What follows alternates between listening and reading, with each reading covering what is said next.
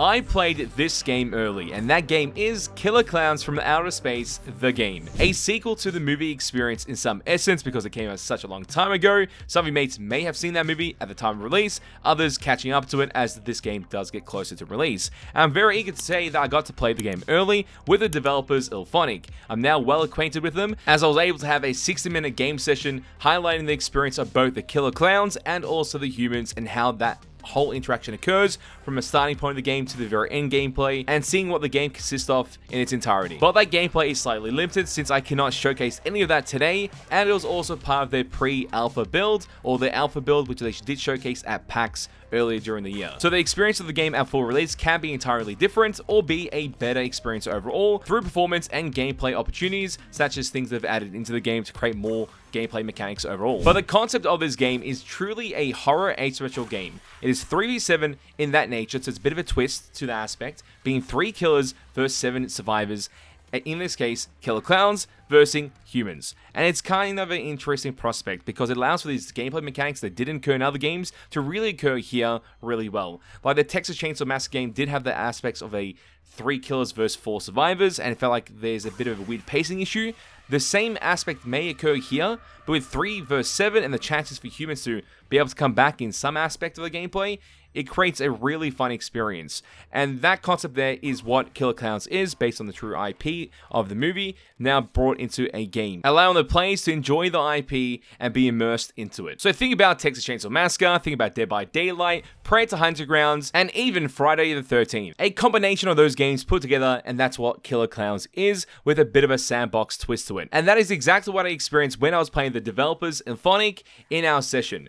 And it's kind of an interesting experience both on the Killer Clowns perspective and also the humans, and with the possibilities of Void being on release, pretty much a way to communicate with your enemies or with your teammates and create these situations that may have never occurred. It's really fun and a great thing to have in horror asymmetrical games. So I'm glad to see that it follows up into this experience because 10 players in a lobby, anything can go crazy. The roleplay scenarios, when people get really into a certain character and just go nutty with it, it's going to be hilarious. So I think that part there is always fun to see in these type of games because these games do cater to more of a casual audience or casual player base in some essence, and that's kind of a good thing because it allows people to come in, enjoy the game for what it is, and hopefully have a sweet time with it as they level up, progress, unlock new customization, whatever it may be in this game. And that's something that will happen as a longevity plan for the game. That's what I'm guessing from my experience. But from everything I've seen on offer right now, you have multiple things to utilize, abilities for each character, certain Killer Clowns like Shorty, you got Jumbo with certain moves and abilities that may be only accessed by those characters only, and that's kind of cool, like the pizza box from Shorty, which I think can be shared. I'm unsure how the abilities worked in that aspect, like the in-depth mechanics, but from a base level, it allows you to have fun and create these moments of gameplay that may have never existed in other games or in any other IP, but does exist in this one, and I think that's quite fun to enjoy in a gameplay like this. So did I have fun playing the game? Yes. In my session with the developers, I had a great time. It was fun playing Killer Clowns the game with them and enjoying that experience overall. Am I still skeptical of the future of the game and what it could be and what it can turn out to be and how it will survive longevity-wise due to its predecessors prior to it? I am unsure. That is something I feel like comes down to play base, community, and how the development of the game goes on from point of release, which is something that's pretty much upkeep and keeping that game going as long as possible and maintaining it. Had they done the same to Predator Hunting Grounds, they've maintained it quite a bit, but the content on there was a bit lackluster. In this case, there's opportunity to make crazy content for this game and have a lot of fun with it, and express characters in certain ways that you couldn't do in those other games. In these type of games, pacing is very important, and the pacing in this game can be really crazy, and other times can be on par with other experiences, and other times can be really long. It just depends. Usually the timer of the match is always dependent on 15 minutes, but the games can end sooner than that or go the full extent. So that's how the game works, and there's multiple chances for humans to make a comeback of some sort and create a dilemma for the Killer Clowns. And the Killer Clowns have their oppressive force when they're working together in nature, but when they're on their own, the humans have the chance to completely annihilate them. So that dynamic there is so fun, and it's kind of interesting because it allows these moments where things shouldn't happen, but they do happen. And when they do happen, it's a clutch moment. And that is something to enjoy in this game. We only had one map to play, and that was the Carnival map. It's iconic as hell, we had 4 extractions from that point, which was a bridge, it was a portal, boat, and a bunker. Those are the 4 human extracts that are in the game. The Killer Clowns have to prevent the humans in any capacity to not allow them to reach those points. The humans can pick up items, weapons of any sort, and some of those items are utility based, which can help them with their healing, disrupt the Killer Clowns in some way, or be able to run faster for a certain duration. Well, the Killer Clowns have their abilities which allow them to surprise, suppress, and be defensive in some way.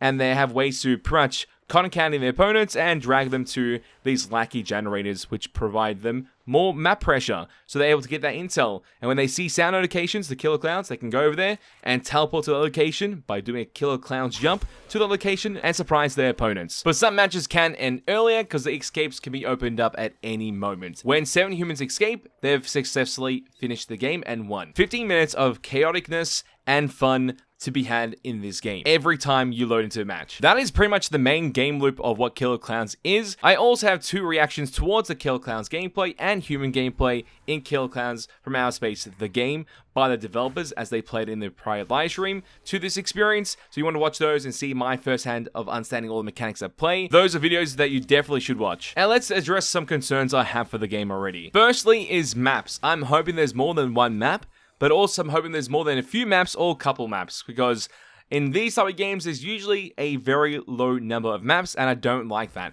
I think 6 to 8 maps in this type of game would work out really well, creating different extraction points, different exits, different mechanics at play that are given to each map to give it a bit of a unique effect, instead of making it all the same thing with just different obstacles in the way. And not fun obstacles, just different buildings or different aesthetics. I'm hoping for more of an interactive experience where it makes the play differently due to the map that's been chosen or highlighted for that match.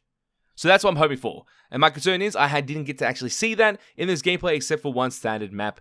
And I'm guessing from that map we can make a hypothesis if things can change depending on the amount of extractions or types of extractions, and also depending on how the maps play in future releases or future points of this game leading up to the release or of day 1 of release. One or the other, that's a bit of a concern. Secondly is animation.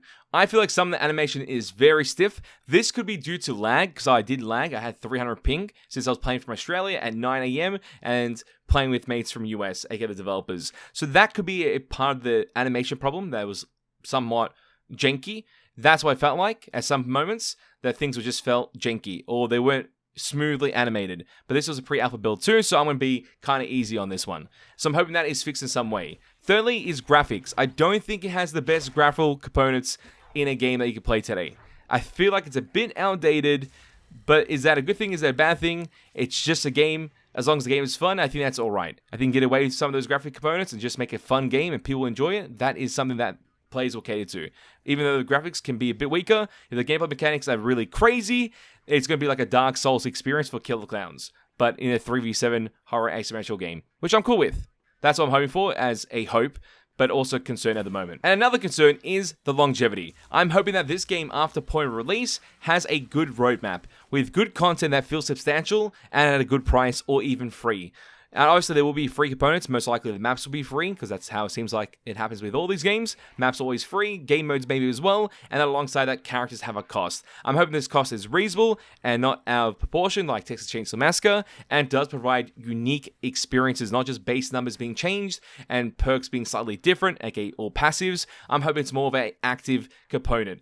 Interactive aspect as well. So it allows for different characters to play differently on different maps, different team compositions from both the human side and also the Killer Clown side. That's a longevity concern at the moment, but also potentially a hope. If they can successfully achieve this and make those characters have impact, that would be great to see. And one of the major pros I can mention right now is the experience that you will have when playing with your friends or in a group with mics and just enjoying what the game is. 10 players in a bloody lobby, going crazy, hunting each other down, surviving, whatever it may be.